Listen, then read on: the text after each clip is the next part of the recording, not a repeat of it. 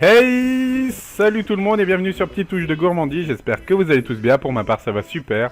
On se retrouve aujourd'hui pour réaliser une pâte à pizza maison, donc pour cela il vous faudra de la levure boulangère, si vous en avez pas, il faut aussi de la levure boulangère déshydratée, de l'eau, du lait, de la farine, aussi de l'huile d'olive et du sel.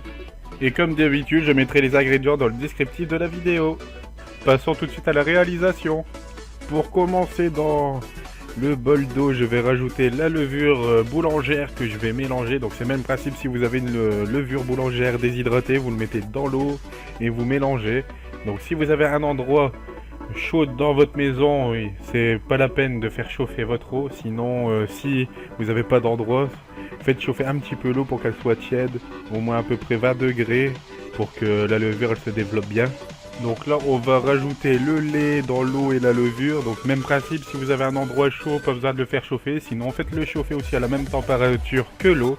Et laissez reposer entre 5 à 10 minutes. A l'aide du robot muni du crochet, donc du pétrage, je vais verser le mélange lait, eau et levure. Je mets juste la moitié et je mettrai la moitié après.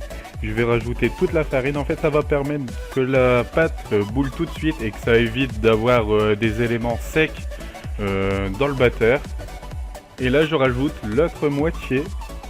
Après avoir mis tous les ingrédients dans le batteur, vous avez juste à mettre la vitesse au numéro 2. Et comme vous aurez pu le voir sur cette vidéo, j'ai fait la recette avec un enfant de 2 ans et demi pour vous dire que la recette était vraiment facile à faire et vous pouvez le faire avec vos enfants. Et là il vous reste plus qu'à attendre 5 minutes pour que la pâte soit prête. Là ça fait 2 minutes que la pâte elle tourne, je vais rajouter une cuillère à soupe d'huile d'olive et une cuillère à café de sel, et il vous restera plus qu'à attendre que ça fasse 5 minutes de pétrissage.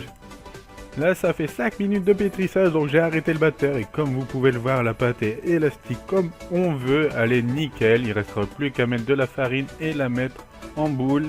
Donc là j'ai rajouté de la farine et je vais la pétrir encore un petit peu pour qu'elle soit moins collante.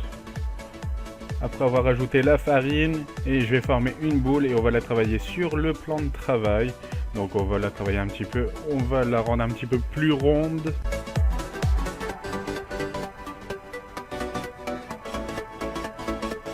Là je l'ai mis dans un saladier et je vais la recouvrir d'un torchon propre. Et je vais le mettre dans l'endroit de ma maison le plus chaud. Si après vous n'avez pas d'endroit le plus chaud, petite astuce comme là je vais faire, j'ai préchauffé mon four pendant que j'ai fait la pâte et après je l'ai éteint et je l'ai mis juste à côté. Comme ça, elle aura doublé de volume comme vous pouvez le voir à l'instant. Donc là je vais appuyer dessus, donc ça s'appelle dégazer la pâte.